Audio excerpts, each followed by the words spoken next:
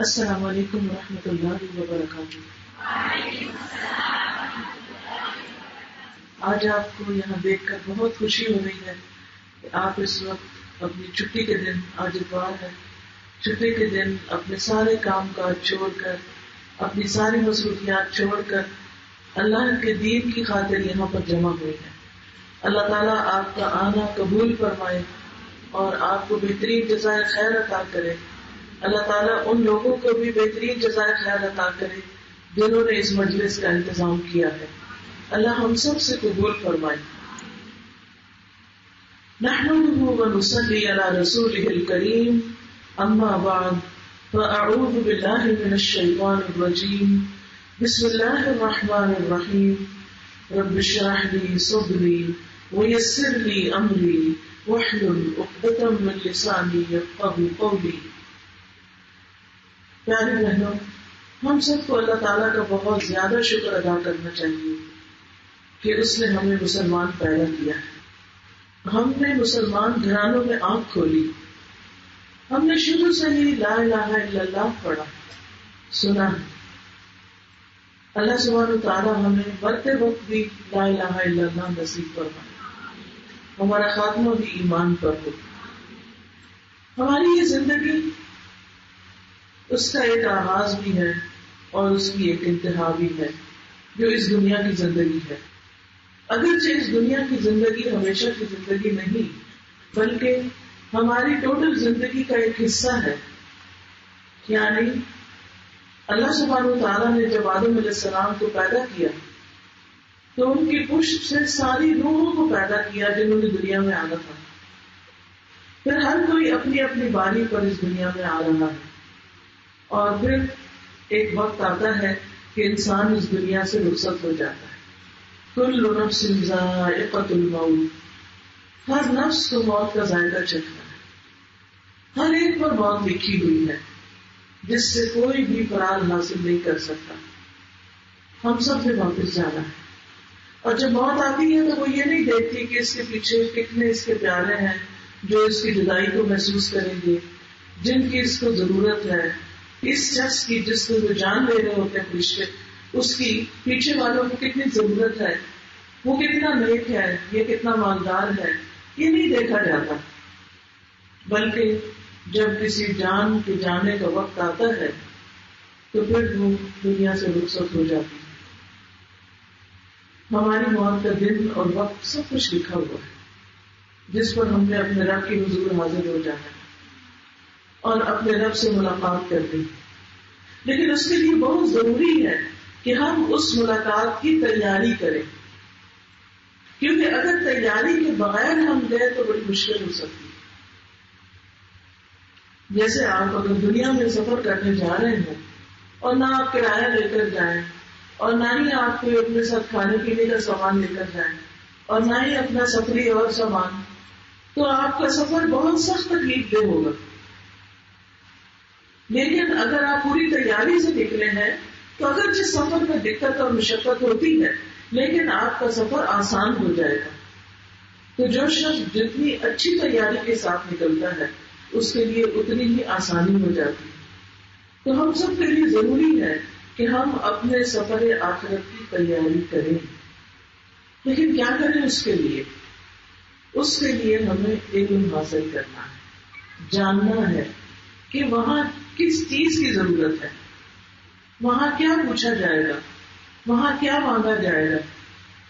کیا وہاں ہم سے ہماری دولت کا سوال ہوگا، ہمارے بچوں کا ہوگا، ہمارے رزق روزی کا ہوگا کہ کتنی تھے تمہارے پاس، ہمارے مربے اور زمینیں کتنی تھی، ہماری کوٹیاں اور جائیدادیں کتنی تھی، کیا بنا کے لائے ہو، یہ پوچھا جائے گا؟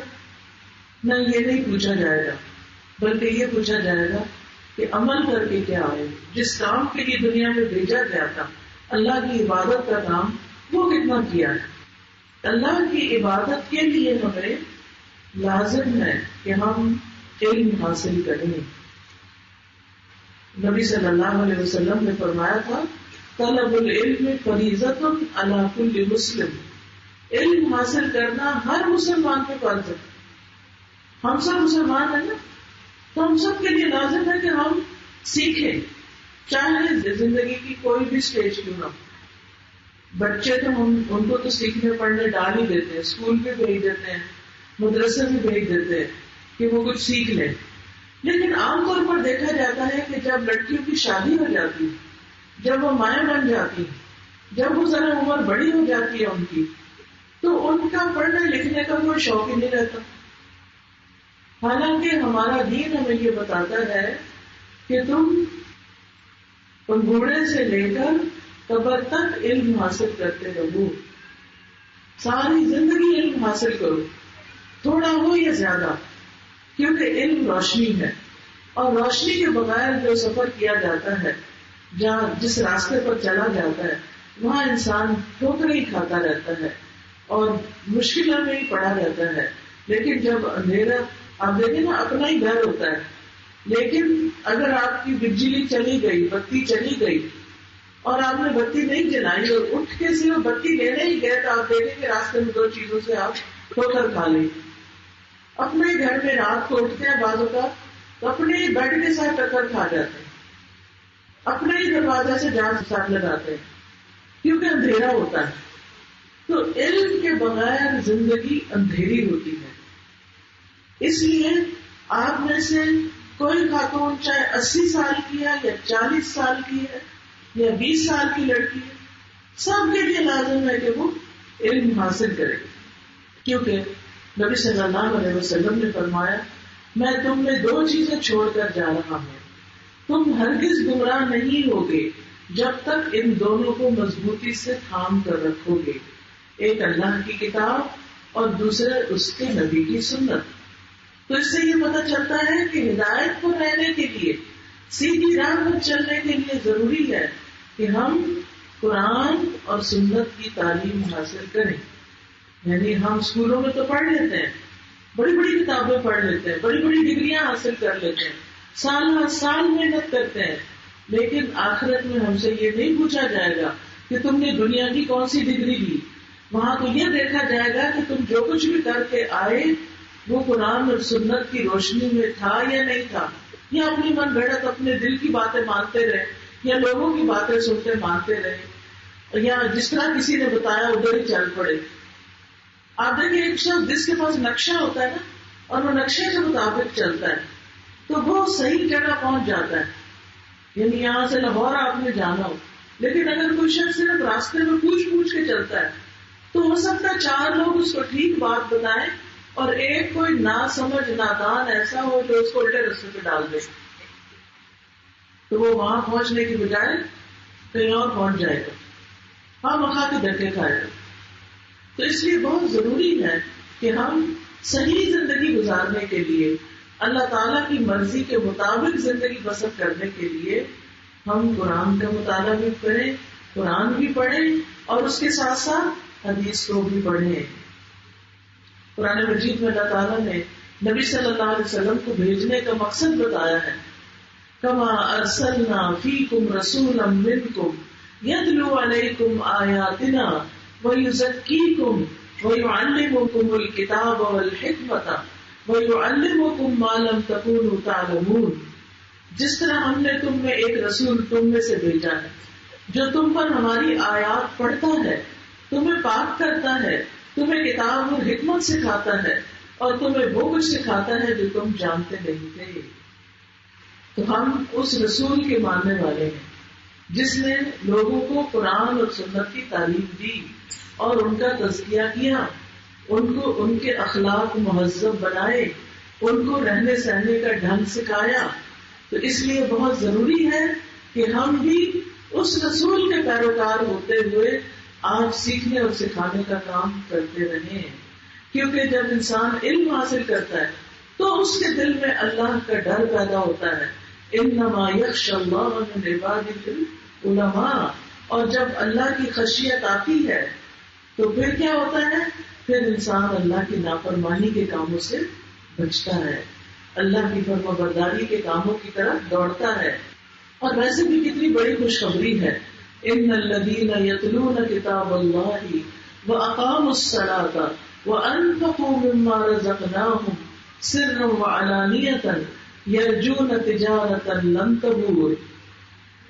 بے شک جو لوگ اللہ کی کتاب پڑھتے ہیں اور انہوں نے نماز قائم کی ہے اور جو کچھ ہم نے انہیں دیا اس میں سے انہوں نے پوشیدہ اور ظاہر خرچ کیا ہے، وہ ایسی تجارت کی امید رکھتے ہیں جو کبھی برباد نہیں ہوگی، یعنی ایسے لوگ آخرت میں لازماً کامیاب ہوں گے۔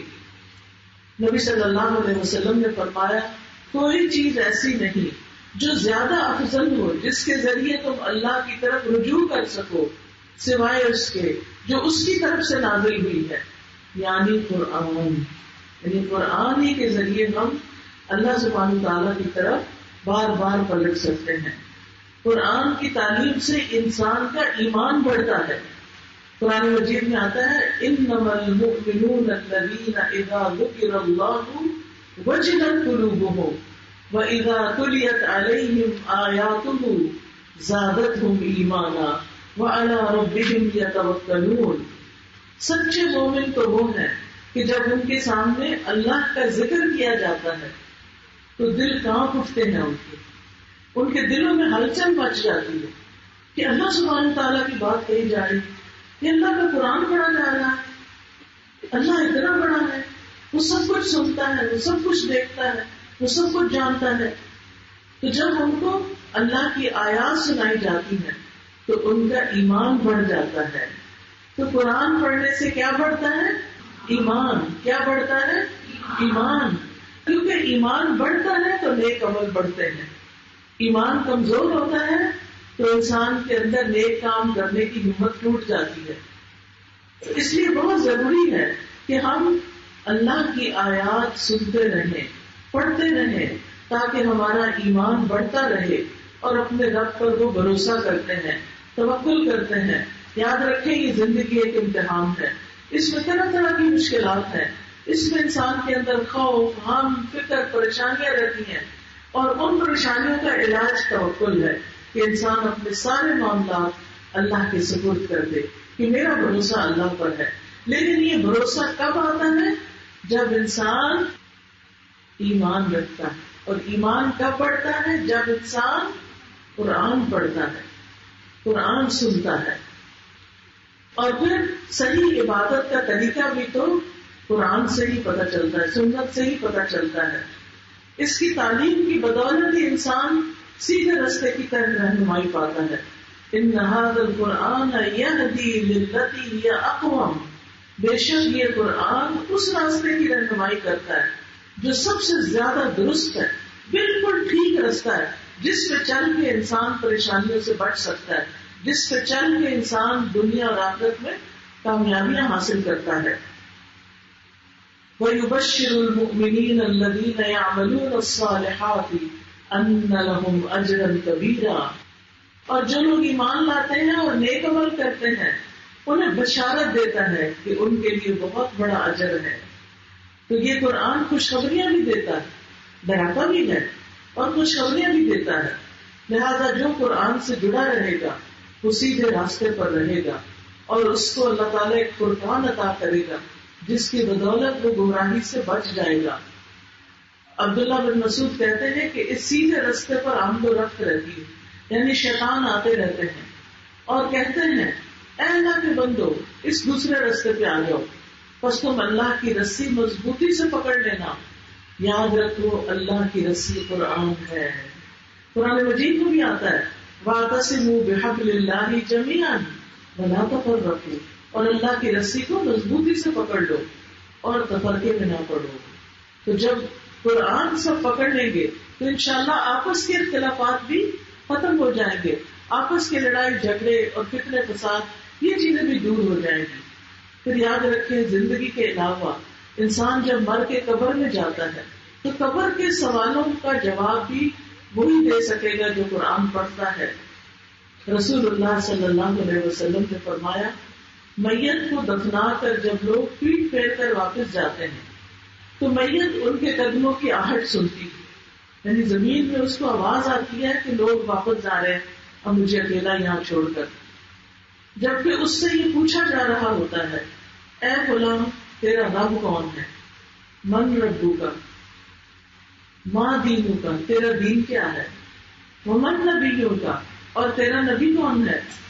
فرمایا اس کے پاس 2 فرشتے آتے ہیں اور اسے بٹھاتے ہیں اور اس سے یہ سوال کرتے ہیں، اور پھر وہ پوچھتے ہیں نبی صلی اللہ علیہ وسلم کے بارے میں، تو وہ صحیح جواب دیتا ہے.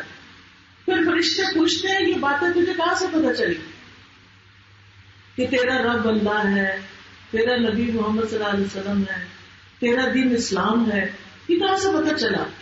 تو وہ کہتا ہے قرأت کتاب اللہ فآمنت به وصدقت، میں نے اللہ کی کتاب پڑھی، میں اس پر ایمان لایا اور میں نے اس کی تصدیق کی. تو قبر کے جواب کون دے سکے گا؟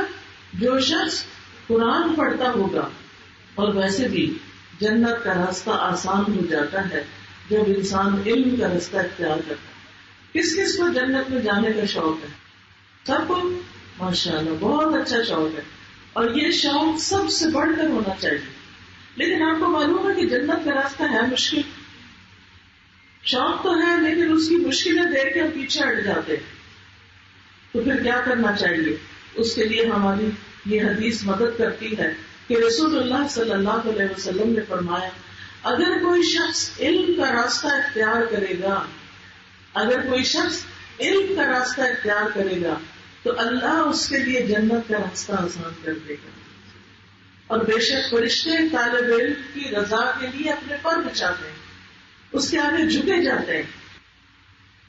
اب آپ کہیں گے ہمارے پاس تو وقت ہی نہیں ہے، ہمارے بچے چھوٹے ہیں، ہم کدھر جائیں، کہاں جائیں، کیا کریں کیا نہ کریں، گھر کے بڑے کام ہیں. ساری باتیں اپنی جگہ ہیں. آپ اگر روز نہیں جا سکتے ہفتے میں 3 دن چلے جائیں، 3 دن نہیں 2 دن چلے جائیں، 2 دن نہیں 1 دن تو لازم کر لیں، فرض کر لیں اپنے اوپر. پہلے تو خواتین جمعہ پڑھتی تھی، جمعہ میں بھی بعض نصیحت ہو جاتی، لیکن اب تو ہمارے یہاں مسجدیں بھی نہیں ہے جہاں پر عورتوں کے لیے جمعے کا انتظام ہو. اور میں یہ کہوں گی کہ جو بچیاں قرآن پڑھ چکی ہیں انہیں محلے میں مختلف درس کرنے چاہیے اور انہیں لوگوں کو قرآن اور سنت کی تعلیم دینی چاہیے. بعض اوقات خواتین کے پاس ٹرانسپورٹ نہیں ہوتی، کار نہیں ہوتی، گاڑی نہیں ہوتی، موٹر سائیکل نہیں ہوتا، مرد حضرات کام پر گئے ہوتے ہیں، وہ دور کی جگہوں پہ نہیں جا سکتے جہاں پہلے سے درس قائم ہے. وہ پیدل کیسے جائیں؟ وہ روز اتنا کرایہ کیسے خرچ کریں؟ تو ہفتہ وار درس کثرت سے کرنے چاہیے. ایک ہفتہ اس محلے میں، دوسرا ہفتہ وہاں، تیسرا ہفتہ وہاں. آپ دیکھیں گے کہ انشاءاللہ اللہ آپ کی زندگی میں برکت ڈالے گا. اللہ نے آپ کو یہ علم اس لیے دیا تھا کہ بانٹیں، اور جب آپ یہ علم بانٹیں گے تو انشاءاللہ اللہ کی مدد آئے گی، آپ کے لیے اللہ کی رحمت آئے گی، آپ کی زندگی میں برکتیں آئیں گی. قرآن مجید جو ہے یہ بڑی بابرکت کتاب ہے. اللہ تعالیٰ فرماتے ہیں کتاب انزلناہ الیک مبارک، یہ کتاب جو ہم نے آپ کی طرف اتاری ہے یہ بڑی برکت والی ہے. کیوں اتاری ہے؟ لیدبروا آیاتہ، تاکہ لوگ اس کی آیتوں میں غور و فکر کریں. ولیتذکر اولو الالباب، اور تاکہ عقل والے اس سے نصیحت پکڑے. تو یہ کتاب جو ہے یہ ہمیں اس لیے بھیجی گئی ہے ہمارے پاس کہ ہم اس میں غور و فکر کریں اور اس سے نصیحت پکڑیں. اور پھر آپ دیکھیے کہ اگر آپ بیمار ہیں، آپ کہیں جا نہیں سکتے، آپ اپنے گھر بیٹھے ہیں، اور اگر آپ کے پاس ایسا فون ہے کہ جس میں واٹس ایپ کے اوپر آپ کو آڈیو لیکچر مل سکتے ہیں تو وہ لگا کر سنیں. گھر میں کوئی اپنے گھر میں درس کرنے کا انتظام کر لے، کوئی اچھی کتابیں لے لیں اور اپنے بچوں سے ہی کہیں ذرا پڑھ کے سناؤ مجھے. اور اگر آپ خود پڑھ سکتے ہیں تو اپنے بچوں کو اکٹھا کر کے ان کے ساتھ بھی آپ درس قائم کر سکتے ہیں. لیکن آج کے بعد آپ میں سے ہر ایک نے علم حاصل کرنے کی کوشش کرنی ہے اور سیکھنے کی اور سکھانے کی. آپ کو پتا ہے نا کہ رسول اللہ صلی اللہ علیہ وسلم نے کیا فرمایا ہے قرآن سیکھنے والوں اور سکھانے والوں کے بارے میں؟ خیرکم من تعلم القرآن وعلمہ. ہم میں سے ہر شخص چاہتا ہے کہ وہ سب سے اچھا بن جائے، لیکن وہ کیا دنیا والوں کی نظر میں. اسی لیے ہم ان کی پسند کے کپڑے پہنتے ہیں، ان کی پسند کے کام کرتے ہیں، تنگی تکلیف اٹھاتے ہیں، قرضے لینے کے زیور بناتے ہیں تاکہ پہننے کو اچھے لگے، لوگ ہمیں اچھا سمجھے. ایک شادی ہوتی ہزاروں خرچ کر دیتے، ہزاروں نہیں لاکھوں خرچ کر دیتے. کیوں؟ تاکہ میں بہت اچھی لگوں اس میں. لیکن کتنی دیر کے لیے انسان اچھا لگتا ہے، بعد میں تو وہی شکل صورت نکل آتی ہے جو اصل میں ہوتی ہے، وہ تو نہیں بدل جاتی. لاکھوں بھی دے دیں تو وہ تو نہیں بدل سکتی. تو انسان کا اصل حسن اس کے اخلاق سے ہے، اس کے کردار سے ہے، اس کے ایمان سے ہے، اس کی عبادت سے ہے، اس کے پیار محبت سے ہے. اور وہ چیزیں انسان کے اندر دوسروں کی طرف سے آنے والی تکلیف کے باوجود تب آتی ہے جب مضبوط ایمان ہوتا ہے. اور مضبوط ایمان تب آتا ہے جب انسان اللہ پہ بھروسہ کرتا ہے اور اللہ کی کتاب پڑھتا ہے. یہ کتاب پھر ہمارے لیے بہت بڑا سہارا بن جاتی ہے. تو ہمیں اللہ کی نگاہوں میں اچھا بننا ہے، جو پوری کائنات کا رب ہے، جس نے آسمان اور زمین تخلیق کیے ہیں. اور وہ اگر کہتا ہے کہ تم میں سب سے اچھا وہ ہے جو قرآن پڑھے یا پڑھائے، تو ہمیں کیا بن جانا ہے؟ اگر پڑھا ہوا ہے تو پڑھانے والا بن جانا ہے، اگر پڑھا نہیں یا ٹھیک نہیں آتا تو پڑھنے والا بن جانا ہے. تیسری کوئی چیز نہیں. یا قرآن پڑھے یا قرآن پڑھائیں، یا قرآن پڑھے یا قرآن پڑھائیں. اور میں کہوں گی کہ جو آپ کی بیٹیاں یا آپ کی بہویں یا آپ کی بہنیں قرآن کی تعلیم حاصل کر چکی ہیں اور وہ گھر کے ہی کاموں میں لگی ہوئی کچھ کرنے کے قابل نہیں رہی، میں ساسوں سے، ماؤں سے، بڑی بہنوں سے یہ درخواست کروں گی کہ وہ ان کی مدد کریں، انہیں تھوڑا سا ٹائم دیں تاکہ وہ بھی قرآن سیکھ سکھا سکیں. ابھی جو بچے عبدالحکیم سے آئی ہے، پچھلی دفعہ میں عبدالحکیم گئی تھی تو ان کی ساس ماشاءاللہ اتنی اچھی ہے کہ انہوں نے اپنی بہو کو شادی بھی اس مقصد کے لیے کی اور اس کام کے لیے وقف کیا ہوا ہے. گھر کے کام ساری بہوؤں نے مل کے بانٹے ہوئے ہیں اور پھر جس وقت جس کے پاس وقت ہوتا ہے وہ اپنے دین کے کام میں استعمال کرتی ہے. اپنی جگہ بھی بنائی ہوئی ہے جہاں پر دین کا کام ہوتا ہے. دیکھیے جب دنیا سے ہم جائیں گے تو سارا کچھ پیچھے رہ جائے گا نا. جو جگہ ہم نے اللہ کے کام کے لیے رکھی، جہاں اللہ کا ذکر ہوا، جس شخص کو ہم نے اللہ کے دین کے کام کے لیے تیار کر دیا یا اس کو فیسیلیٹیٹ کر دیا یا اس کی مدد کر دی، تو پھر یہی ہمارے لیے صدقہ جاریہ بن جائے گا انشاءاللہ. تو یاد رکھیے عورتوں کے لیے بھی دین کا علم حاصل کرنا فرض ہے، کیونکہ طلب العلم فریضۃ علی کل مسلم. کیا عورتیں مسلمان نہیں؟ عورتیں بھی مسلمان ہیں اور عورتوں پر بھی لازم ہے کہ وہ علم حاصل کریں. ازواج مطہرات کے لیے قرآن مجید میں اللہ سبحانہ وتعالیٰ نے جو حکم دیا وہ کیا تھا؟ وَاذْكُرْنَ مَا يُتْلَى فِي بُيُوتِكُنَّ مِنْ آیَاتِ اللَّهِ وَالْحِکْمَةِ، اور اللہ کی جن آیات اور دانائی کی باتوں کی تمہارے گھروں میں تلاوت کی جاتی ہے انہیں یاد کرو، ان کا ذکر کرو. یعنی جو تمہارے گھروں میں قرآن اور سنت پڑھایا جاتا ہے تم بھی آگے اس کو سکھاؤ.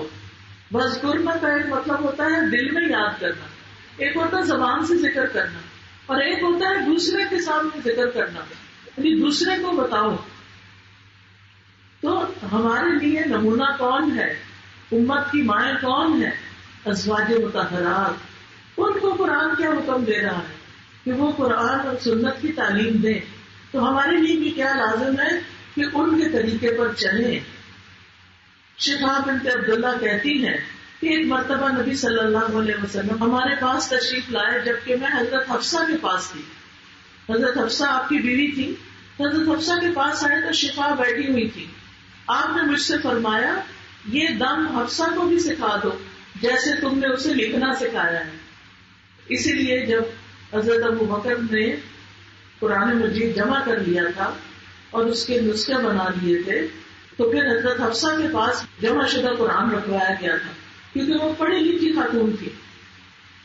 پھر اسی طرح نبی صلی اللہ علیہ وسلم نے عورتوں کی تعلیم کے لیے الگ دن بھی خاص کیا تھا کیونکہ مردوں کے ساتھ بیٹھ کے مشکل ہوتے تھے سارے مسئلے مسائل پوچھنا. یعنی بعض اوقات مرد ٹیچر ہوتے ہیں، مرد استاد ہوتے ہیں، ان سے پڑھا جا سکتا ہے لیکن ہر بات مردوں سے نہیں سیکھ سکتے ہم. اس کے لیے عورت معلمہ ہونا بڑا ضروری ہے.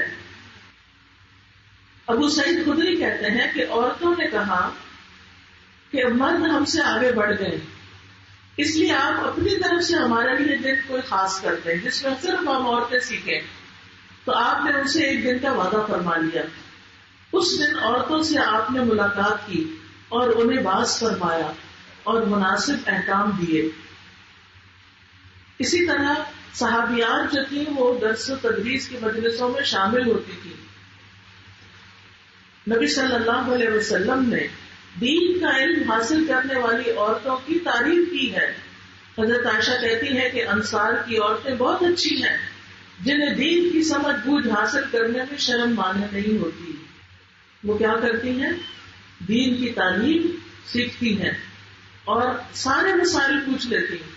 اب پاکی ناپاکی کے کتنے مسئلے ایسے ہوتے ہیں کہ شرم کے مارے ہم کسی سے نہیں پوچھتے اور بعض اوقات لا علمی میں ناپاکی میں ہی نمازیں پڑھتے رہتے ہیں، کام کرتے رہتے ہیں. تو اس لیے بہت ضروری ہے کہ مسلمان بن کے اگر جینا ہے تو علم ضروری حاصل کرے. پھر اسی طرح عورت علم دین میں ماہر بھی ہو سکتی ہے، یعنی زیادہ سے زیادہ علم بھی حاصل کر سکتی ہے، جیسے حضرت عائشہ رضی اللہ تعالیٰ عنہا تھی. ابو موسیٰ کہتے ہیں کہ جب ہم اصحاب رسول صلی اللہ علیہ وسلم پر کسی حدیث میں کوئی مشکل پیش آئی تو ہم نے عائشہ رضی اللہ تعالیٰ عنہا سے پوچھا. ہم نے ان کے پاس حدیث کے بارے میں معلومات پائی، یعنی وہ اتنی ماہر تھی. اور ویسے بھی جو حدیث کو روایت کرنے والے مفسرین صحابہ ہیں ان میں تیسرے نمبر پر حضرت عائشہ کا مقام ہے.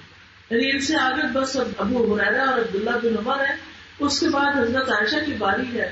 2210 حدیثیں جو ہیں انہوں نے روایت کی ہیں، اور یہ کوئی چھوٹا سا نمبر نہیں ہے. اس کے لیے بڑی محنت چاہیے ہوتی ہے. لیکن اگر نبی کی بیوی حضرت عائشہ رضی اللہ تعالیٰ عنہا دین سکھاتی تھی تو پھر ہمارے لیے بھی کیا ہے کہ ہمیں بھی ان کے طرز عمل پہ ان کے نمونے کو اختیار کرتے ہوئے دین سکھانا چاہیے. اور پھر آپ دیکھیے کہ جب ہم قرآن پڑھتے ہیں نا تو ہمیں اس سے بڑے فائدے حاصل ہوتے ہیں. دین پڑھتے ہیں تو دین کے بڑے فائدے ہیں، بڑی برکتیں ہیں.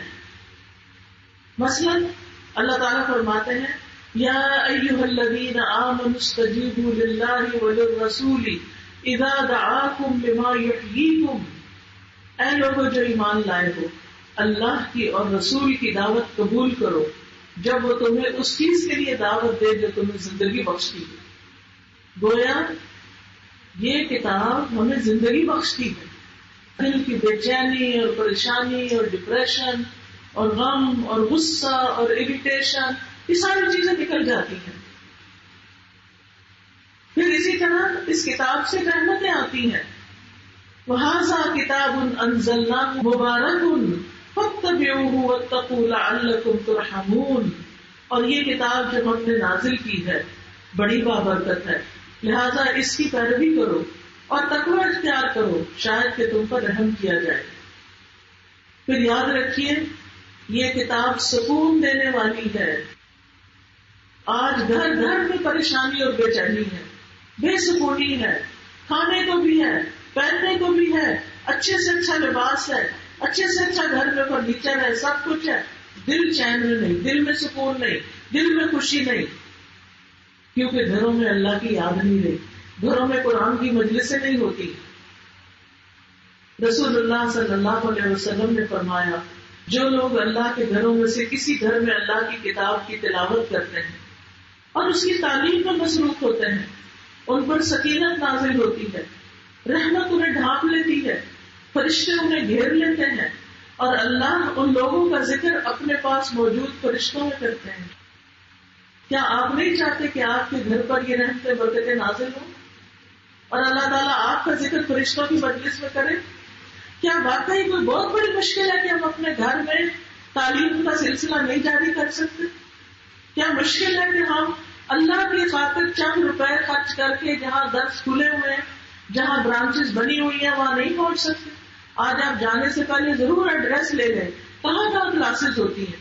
اپنی نوجوان بچیوں کو آپ چاہے اسکول کالج یونیورسٹی پڑھائیں، 1 سال ان کو قرآن کی تعلیم کے لیے بھی ضرور دیں.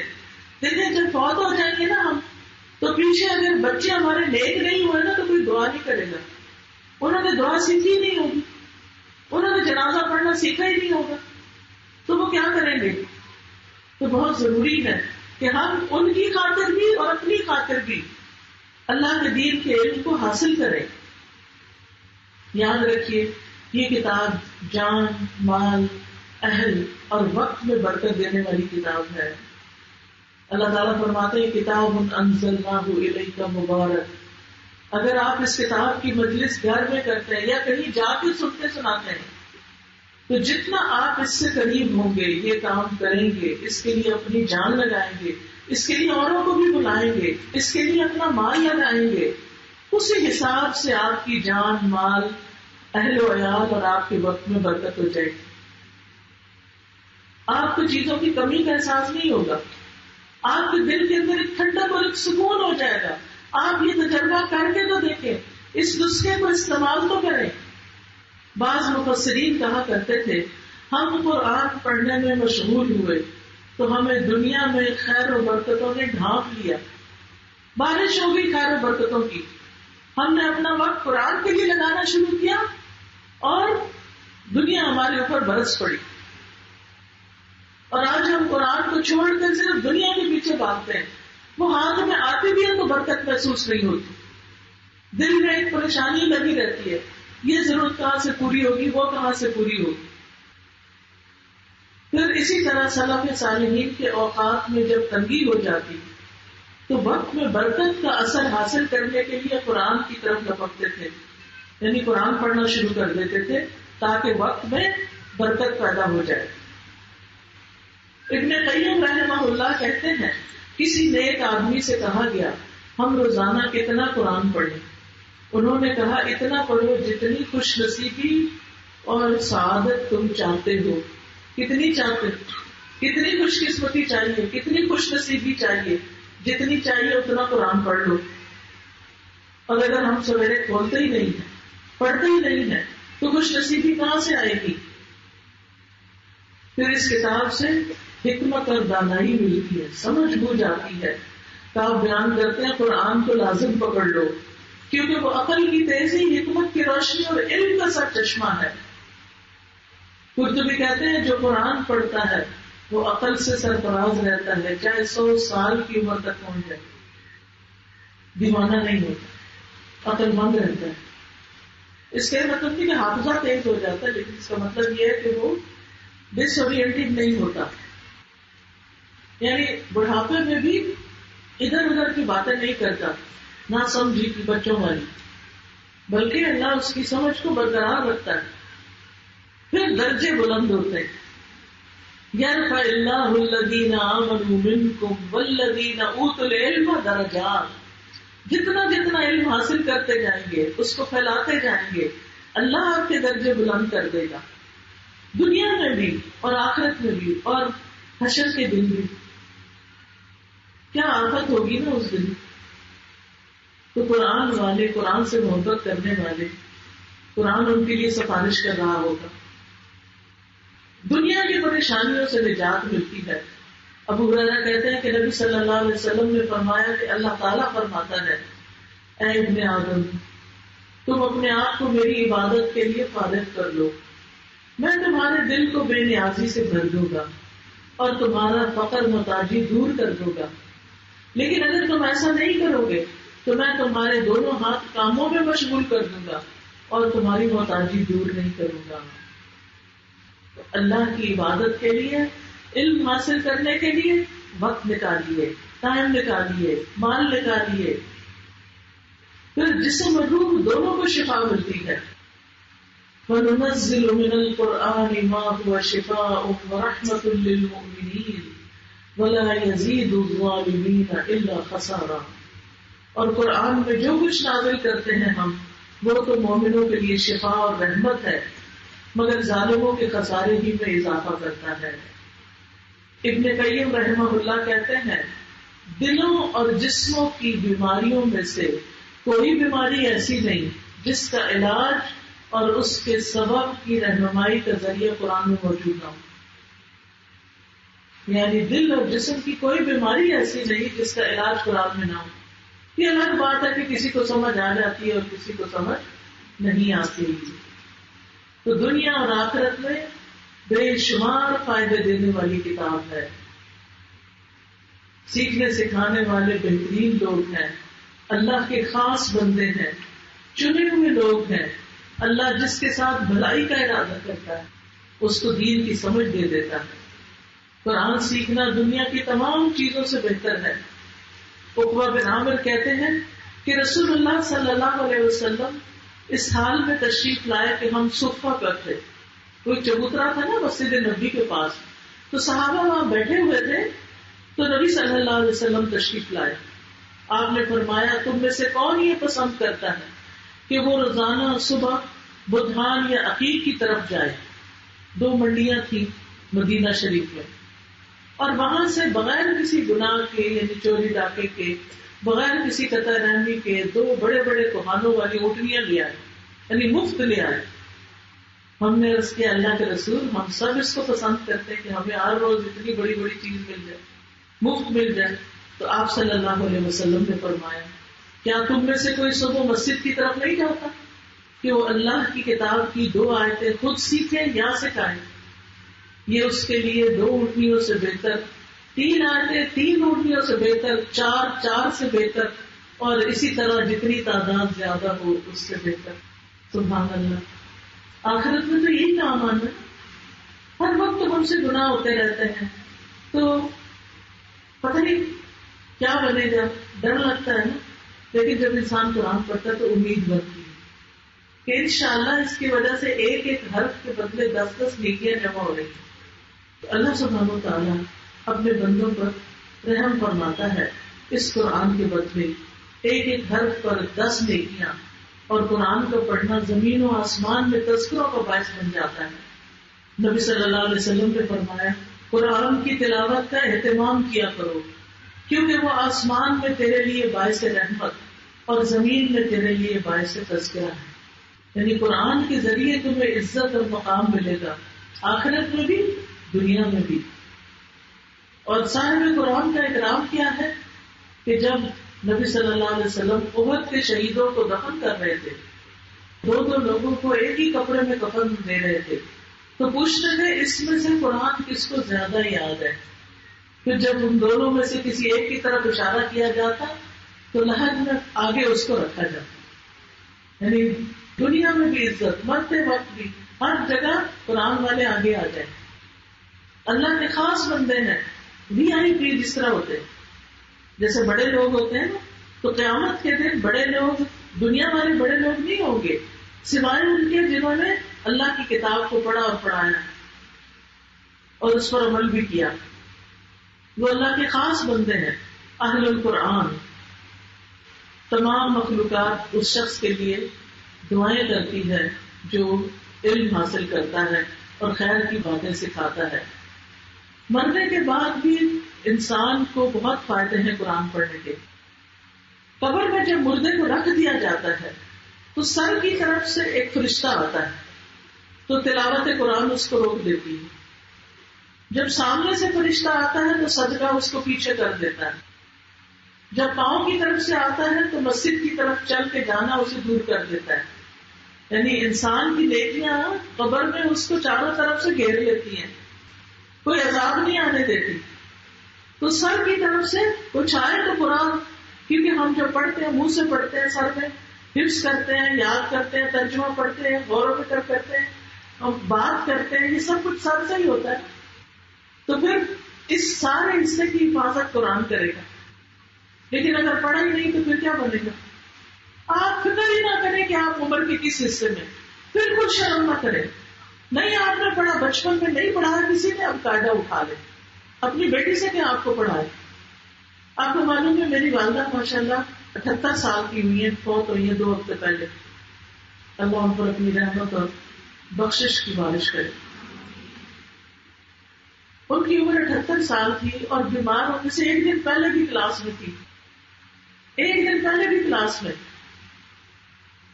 پہلے تو ہم ماشاءاللہ 12 بہن بھائی تھے اور ان کو بالکل فرصت نہیں ملتی تھی، لیکن ہر روز صبح پھر بھی قرآن پڑھتی تھی. ہم نے جب بھی بچپن سے آنکھ کھولی اپنے گھر میں تو امی کی آواز سنی قرآن کی. وہ ہم سے کئی پہلے اٹھتی تھی اور نماز وغیرہ پڑھ کے تلاوت بلند آواز سے کرتی تھی. تو سارے بہن بھائی جو سین میں ہم سوتے تھے، سرگودا کے رہنے والے، گرمیوں کے موسم میں کمرے کے اندر نہیں باہر سے چارپائیاں لگی، ساری ایک لائن میں پورا سین بھرا ہوتا تھا. ماشاءاللہ اتنے بہن بھائی تھے. تو ان کی آواز سب گھر میں گونج رہی ہوتی تھی. اس وقت ان کا معمول زیادہ تر اپنی نمازیں اور تلاوت ہی تھا، اور زیادہ پڑھنا پڑھانا نہیں تھا، کیونکہ ان کے پاس وقت بھی کم تھا. لیکن جس وقت جو ہی بچے ذرا بڑے ہوئے، اس وقت بھی ہفتے میں ایک دن درس وغیرہ میں جاتی تھی، لیکن جب بچے بڑے ہوئے اور الہدا میں آ گئی تو پھر وہ طالب علم بن گئی. میں پڑھا رہی ہوتی تھی، وہ پڑھ رہی ہوتی تھی. مجھ سے میری والدہ بڑی تھی، اتنی عاجزی تھی ان کے اندر کہ کبھی انہوں نے یہ نہیں سوچا کہ میں اپنی بیٹی سے کیوں پڑھوں، یہ تو چھوٹی ہے مجھ سے. شوق سے بیٹھتی تھی کلاس میں، ہر کلاس میں. ابھی ہمارا ایک نیا کورس شروع ہوا تھا تدبر القرآن کا، تو انہیں پتا چل گیا کہ کوئی نیا کورس شروع ہوا، تو کہتے تھے اس میں کیا ہے، تو وہاں پہنچ گئی. تعلیم القرآن کو کئی بار انہوں نے کیا، حدیث کو، تجوید کو، جہاں موقع ملا وہاں بیٹھ گئی. پھر لکھتی بھی تھی. ابھی ان کی وفات کے بعد میں نے ان کو وہ جب دراز کھولا تو اس میں ان کی ڈائریاں، کاپیاں، نوٹس بنائے ہوئے، ان کے پرچے بھی نکلے جس میں انہوں نے ایگزام دیے ہوئے تھے. تو اس سے خوش رہتی تھی، مزاج بھی بہت اچھا رہتا تھا. کوئی ان کو بچوں کے کاموں میں انٹرفیئرنس نہیں، ہر کوئی اپنا اپنا کام کرے. کوئی ان سے آ کے کسی کی شکایت بھی کرتا تھا کہ مجھے نہیں یہ باتیں سمجھ آتی تمہاری، کسی غیبت سے دلچسپی نہیں کہ ہاں مجھے بتاؤ تمہاری ساس نے کیا کرتی. اتنے 12 بچوں کے سسرال ہوں تو ان سے نبھانا آسان تو نہیں ہوتا.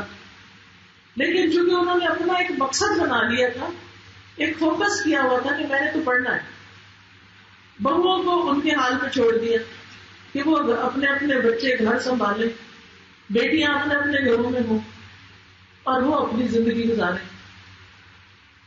کسی سے کوئی بہو یہ نہیں کہہ سکتی کہ میری ساس نے مجھ سے لڑائی کی یا مجھے برا بھلا کہا یا کوئی ناچاکی یا کوئی آپس میں اختلاف. نہیں، بلکہ ان کے کپڑے تک دھو دیتی تھی. جب اچھی جوان تھی تو بڑے بھائی کی شادی ہوئی تو بہنیں ہم کہتے تھے کہ اب آپ دیکھیں نا، بہو تو خدمت کرتی ہیں تو آپ ان کی خدمت کر رہے ہیں. تو کہتے کیا تم لوگ تو نہیں پالا، وہ بھی تو بیٹی ہے. تو یہ ساری طاقت کہاں سے آتی ہے کہ بہو کو بیٹی سمجھے انسان؟ یہ قرآن دیتا ہے. یہ کہاں سے یہ طاقت آتی ہے کہ انسان اپنی ذات پر دوسرے کو ترجیح دے؟ یہ قرآن سکھاتا ہے. اس سے گھروں میں خوشحالی آتی ہے، لڑائیاں جھگڑے ختم ہوتے ہیں. ورنہ دنیا ایسی چیز ہے، ایسا مردار ہے کہ جس کے پیچھے انسان پڑ جائے تو ہاتھ پلے کچھ نہیں آتا سوائے جھگڑے فساد کے. پھر آپ دیکھیں کہ قرآن مجید جو ہے قیامت کے دن سفارش کرے گا. نبی صلی اللہ علیہ وسلم نے فرمایا قرآن کی تلاوت کرو، بے شک قیامت کے دن یہ اپنے ساتھیوں کی سفارش کے لیے آئے گا. ایک اور حدیث میں آتا ہے کہ قرآن یا تیرے حق میں گواہی دے گا یا تیرے خلاف دے گا. پھر قیامت کے دن قرآن آئے گا اور کہے گا اے میرے رب اس کو زیور پہنا دیجیے پڑھنے والے کو. سبحان اللہ، کیا خوبصورت دن ہوگا. تو اس کو عزت کا تاج پہنایا جائے گا ان صاحب قرآن کو. قرآن مجید پھر کہے گا اے رب اور زیادہ. تو اس قرآن پڑھنے والے کو عزت کا لباس پہنایا جائے گا. قرآن مجید کہے گا اے رب اس سے راضی ہو جائیں. اللہ تعالیٰ اس شخص سے راضی ہو جائے گا. پھر اس سے کہا جائے گا قرآن پڑھتے جاؤ اور چڑھتے جاؤ، ہر آیت کے ساتھ ایک نیکی بھی زیادہ کر دی جائے گی. اور جتنا جتنا یاد ہوگا وہاں تک انسان پڑھتا جائے گا اور چڑھتا جائے گا. اور جو آدمی قرآن میں ماہر ہو وہ ان فرشتوں کے ساتھ ہے جو لکھنے والے، معزز اور بزرگی والے ہیں، اور جو قرآن کی تلاوت کرتا ہے اور اسے اٹک اٹک کر پڑھتا ہے اور اسے پڑھنے میں دشواری پیش آتی ہے تو اس کے لیے دگنا اجر ہے. یعنی اگر آپ نے پڑھا بھی اور پڑھا نہیں جا رہا، بڑا مشکل ہو گیا، اٹک رہے ہیں پھر بھی ہمت نہیں آ رہی، دگنا اجر ہے. عام بندے کو ایک حرف پہ 10 نیکیاں، اٹکنے والے کو 10 کے 10 20 نیکیاں. اللہ تعالیٰ کسی کو بھی محروم نہیں کرتا.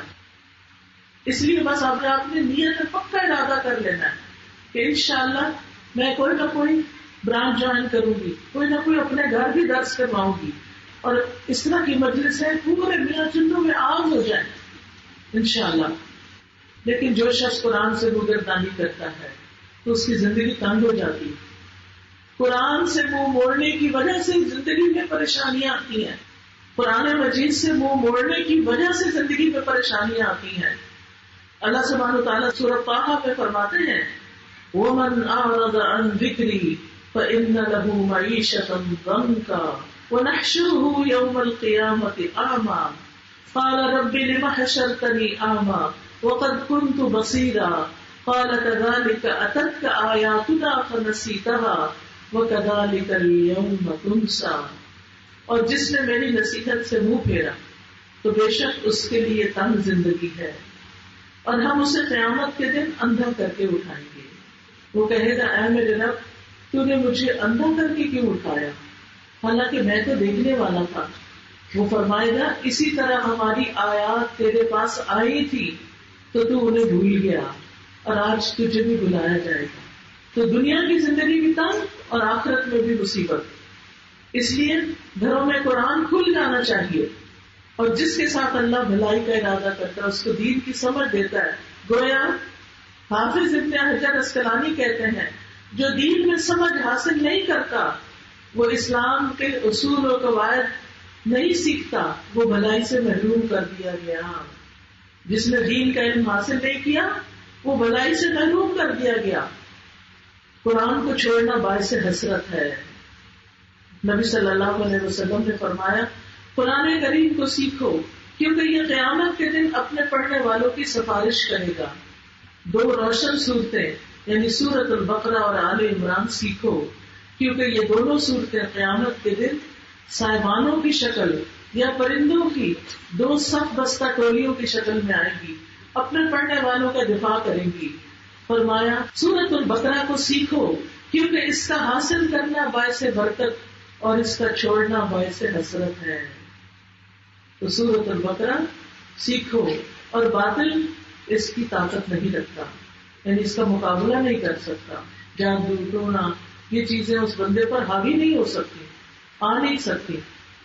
میری والدہ ماشاءاللہ اتنی بڑی عمر کی ہونے کے باوجود روزانہ سورۃ البقرہ پڑھتی تھی. ایک وقت تھا ذرا ان کی صحت اچھی تھی تو البقرہ اور آل عمران دونوں پڑھتی تھی. کینیڈا میں آئی تھی تقریباً 4-5 مہینے رہی تھی تو ان کو صبح کے وقت معمول یہی ہوتا تھا کہ وہ سورۃ البقرہ پڑھ لیتی پھر تھوڑا سا آرام کر لیتی پھر سورۃ آل عمران شروع کرتی. شام تک وقفوں کے ساتھ دونوں صورتیں پڑھ لیتی کیونکہ یہ دونوں صورتیں قیامت کے دن 2 صاحبانوں کی شکل میں آئیں گی. جو سورج کی تپش ہوگی نا اس سے بچانے والی. اور جو شخص رحمان کے ذکر سے آنکھیں بند کر لیتا ہے اس پر اللہ شیطان مسلط کر دیتا ہے. تو قرآن چھوڑنے کا نقصان کیا ہے؟ ایسے انسان پر شیطان مسلط ہو جاتا ہے جو اس کا ساتھی بن جاتا ہے اور وہ اس کو سیدھے رستے سے روکتا ہے. تو وہ ساری بچیاں جنہوں نے قرآن کا کورس کر لیا یا ابھی کر رہی ہیں وہ ساری زندگی قرآن کو نہ چھوڑے.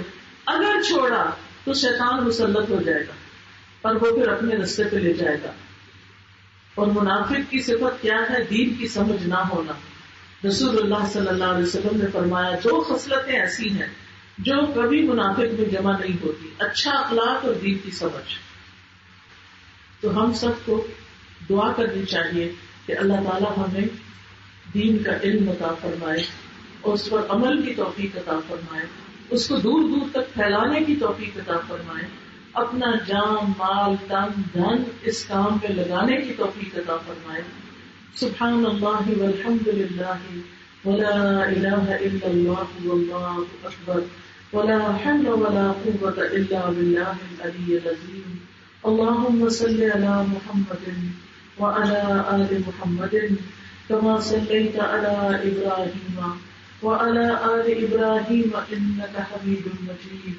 اللهم بارك على محمد وعلى آل محمد كما باركت على إبراهيم وعلى آل إبراهيم إنك حميد مجيد. یا رب العالمین ہمارے علم میں اضافہ فرما. رب زدنی علما رب زدنی علما رب زدنی علما. اللهم إني أسألك علما نافعا وأعوذ بك من علم لا ينفع. اللهم انفعني بما علمتني وعلمني ما ينفعني وزدني علما وارزقني علما تنفعني به. اللهم علمنا الكتاب اللهم فقهنا في الدين اللهم اجعل القرآن ربيع قلوبنا ونور صدورنا وجلاء أحزاننا وذهاب همومنا وغمومنا. یا اللہ اس کتاب کو ہمارے دلوں کی بہار، سینوں کا نور، غموں میں روشنی اور پریشانیوں کی دوری کا ذریعہ بنا دے. اللہ ہمیں ہمت دے، صحت دے، عافیت عطا کر کہ ہم اپنی باقی زندگی کا زیادہ سے زیادہ وقت قرآن کے ساتھ گزارے. یا اللہ تم ہمارے اوقات میں برکت پیدا کر دے. یا اللہ تم ہمیں ہر بری بیماریوں سے نجات دے. اللہ جو بیمار ہے انہیں صحت عطا کر دے. اللہ جو گھریلو پریشانیاں کے شکار ہیں ان کی پریشانیاں دور کر دے. جن کے اوپر کوئی برے اثرات ہیں ان کے اثرات دور کر دے. یا رب العالمین ہمیں آپس میں گھروں میں اتفاق اور محبت عطا کر دے اور نیکیوں کے راستے میں ہمیں چلتے رہنے بھاگتے رہنے کی توفیق عطا فرما دے. یا اللہ جتنی بہنیں آئی ہیں ان کی جو دعائیں ہیں اپنے لیے، اپنے بچوں کے لیے، بیماریوں کے لیے، یا اللہ ان سب دعاؤں کو قبول فرما. اللہ ہم سب کو زیادہ سے زیادہ اپنا تقرب عطا فرما. یا اللہ مالی پریشانیوں میں جو گرفتار ہیں، جن کے پاس جاب نہیں، جن کا کاروبار ٹھیک نہیں چل رہا، اللہ ان کی مدد فرما. یا اللہ جو بچوں کی بیماریوں کے لیے پریشان ہیں ان کی پریشانیاں دور کر دے. اللہ ہمارے والدین پر رحمت فرما. رب ارحمہما کما ربیانی صغیرا رب ارحمہما کما ربیانی صغیرا رب ارحمہما کما ربیانی صغیرا. اللهم اغفر لهم وارحمهم وعافهم واعف عنهم واكرم نزلهم ووسع مدخلهم واغسلهم بالماء والثلج والبرد ونقهم من الخطايا كما ينقى الثوب الابيض من الدنس. اللهم ابدلهم دارا خيرا من دارهم واهلا خيرا من اهلهم وزوجا خيرا من زوجهم.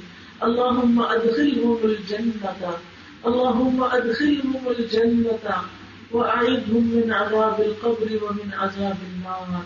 ربنا آتنا في الدنيا حسنة وفي الآخرة حسنة وقنا عذاب النار.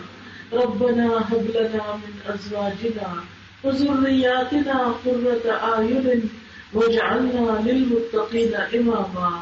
اللهم اكفنا بحلالك عن حرامك وأغننا بفضلك عمن سواك. اللہ ہم سب پر اپنی رحمتیں اور برکتیں نازل فرما. ربنا تقبل منا انك انت السميع العليم وتب علينا انك انت التواب الرحيم. وصلى الله تعالى على خير خلقه محمد وعلى آله وأصحابه وأهل بيته أجمعين برحمتك يا أرحم الراحمين. إلهي آمين. سبحانك اللهم وبحمدك أشهد أن لا إله إلا أنت أستغفرك وأتوب إليك. السلام علیکم ورحمۃ اللہ وبرکاتہ.